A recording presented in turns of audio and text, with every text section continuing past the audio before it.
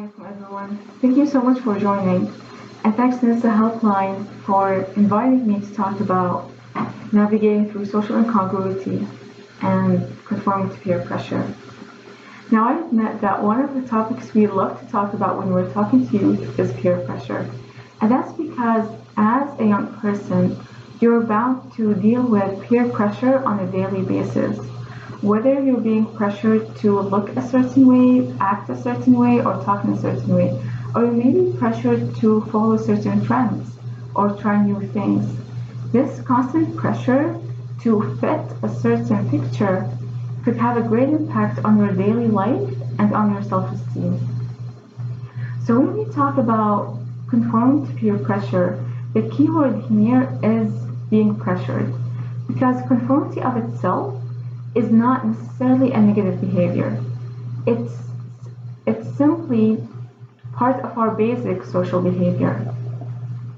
We tend to imitate the majority, whether because we want to fit in, or we want to be applauded for our decisions, or maybe we want to seem knowledgeable, or we just want to please people around us. But regardless of why we do that, people naturally around us tend to influence the decisions that we make, as many studies have shown. And this is not necessarily a bad thing. Take, for example, if you have people around you that are charitable, they could encourage you to be more charitable yourself. If you see people exercising, this just may, motivate you to exercise. If you're entering a building and you see people running out of it, screaming, you immediately assume danger and you run away yourself. You don't wait and sit around to see for yourself, thankfully. So in this case,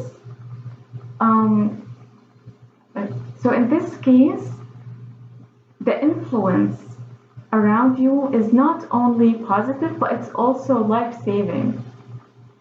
So as you can see, peer influence can be positive as opposed to peer pressure, because peer influence gives you the choice to decide for yourself. It gives you the choice to see what you want to do. It doesn't compel you to go against your best judgment.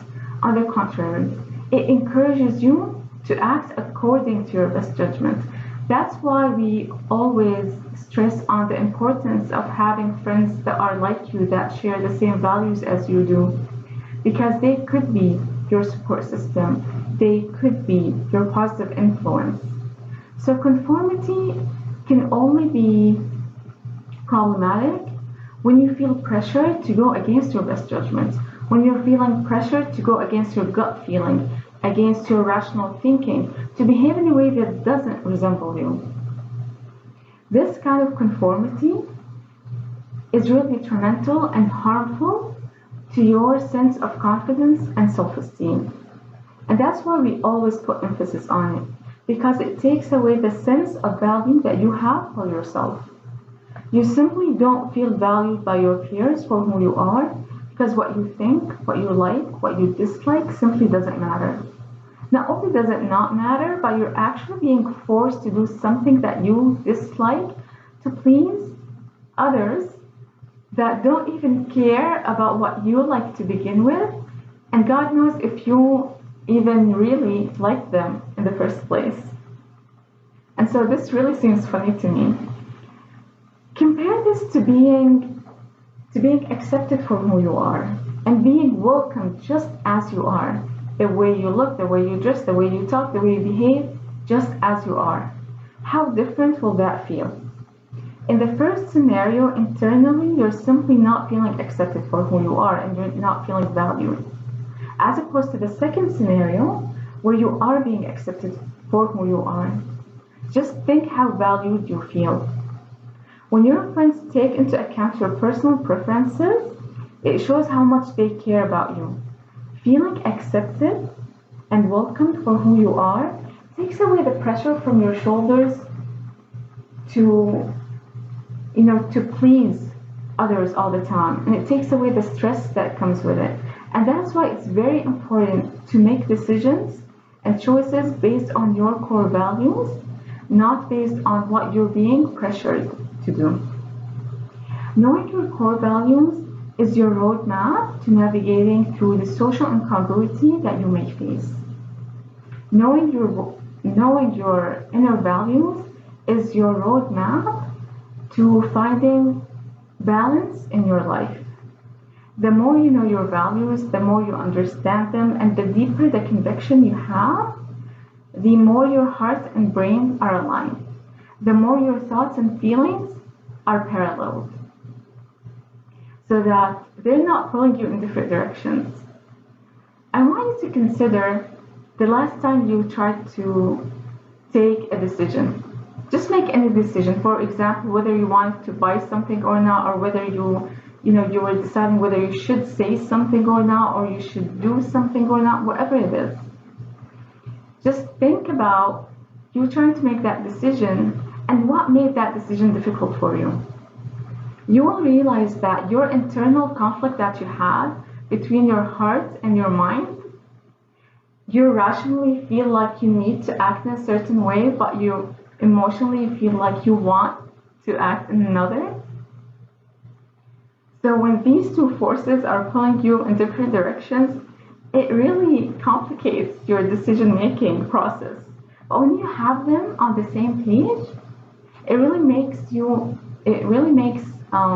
making your decisions a lot easier. So know your core values and understand them. Don't just adopt them because people around you said so. Know why these values are important to you. Have conviction, deep conviction that satisfies your heart. And once you know your values, try to surround yourself with friends and people that share those values and that are willing to support you so that you feel validated and accepted.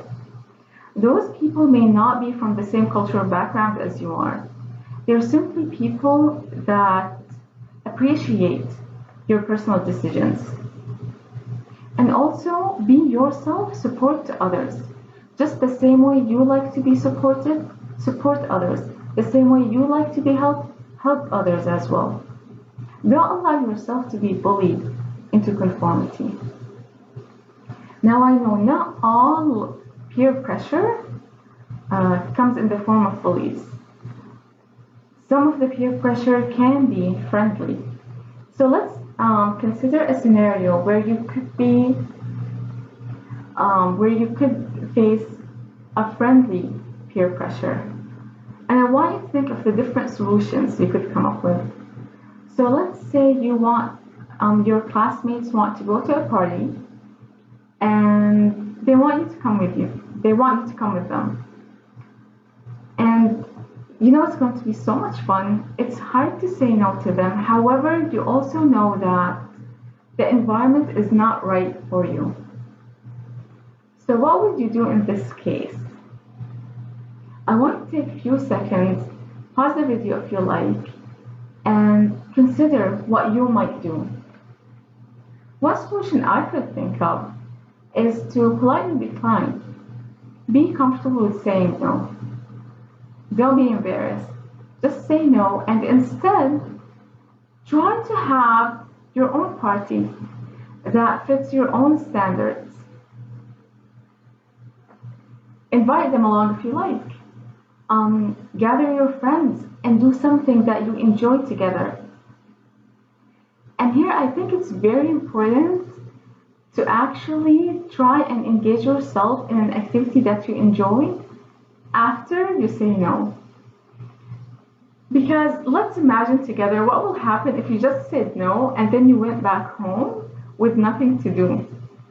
Most likely what's going to happen is you're going to start thinking about the party that they're having and how it turned out and how much fun you're probably missing out, and you will start to experience FOMO. You're going to hold your cell phone, start checking social media, Facebook, Instagram, Snapchat, you name it. You want to see all the photos they're posting, you want to see all the comments they're making, and you start to probably regret not going. So instead of going through all that stress, and wasting your time just seeing what they're doing. Make use of your time by doing something that you enjoy.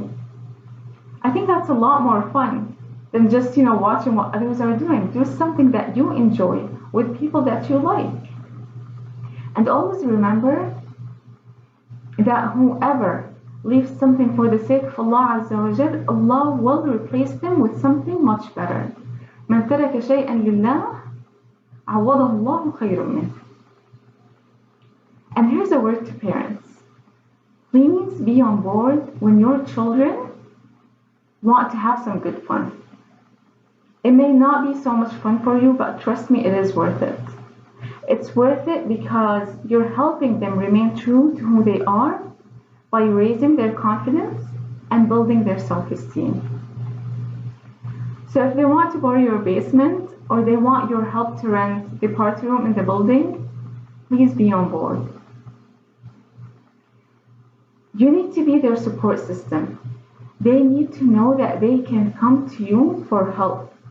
Basically, you need to be their safe haven. They need to feel your love for them. Show your love for them by being engaged in their activities. Show your love for them no matter what they do, no matter what they say. Now, I know that parents love their children unconditionally. But the problem is that sometimes in the frustration of what the children are going through, this frustration could mask the love that you have for them or that you feel for them. So make sure to always show your love for them. Show it with the way you look at them. Look at them with compassion. Listen to them with empathy. Talk to them with mercy. Choose your words kindly.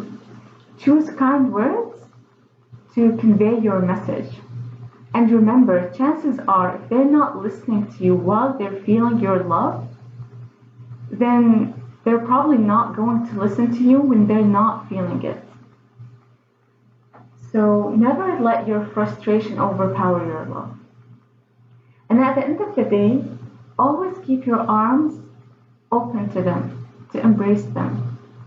And when you see your children kicking and struggling, not knowing which way to go, always keep your door open to them. Never shut it in their face. Be their safe haven. And these are the words that I want to leave you with. I don't have anything more to say about peer pressure. I hope that you found this talk helpful and beneficial. Thank you so much for listening. And I ask Allah Azza wa Jal to always guide you and protect you. Assalamu alaikum.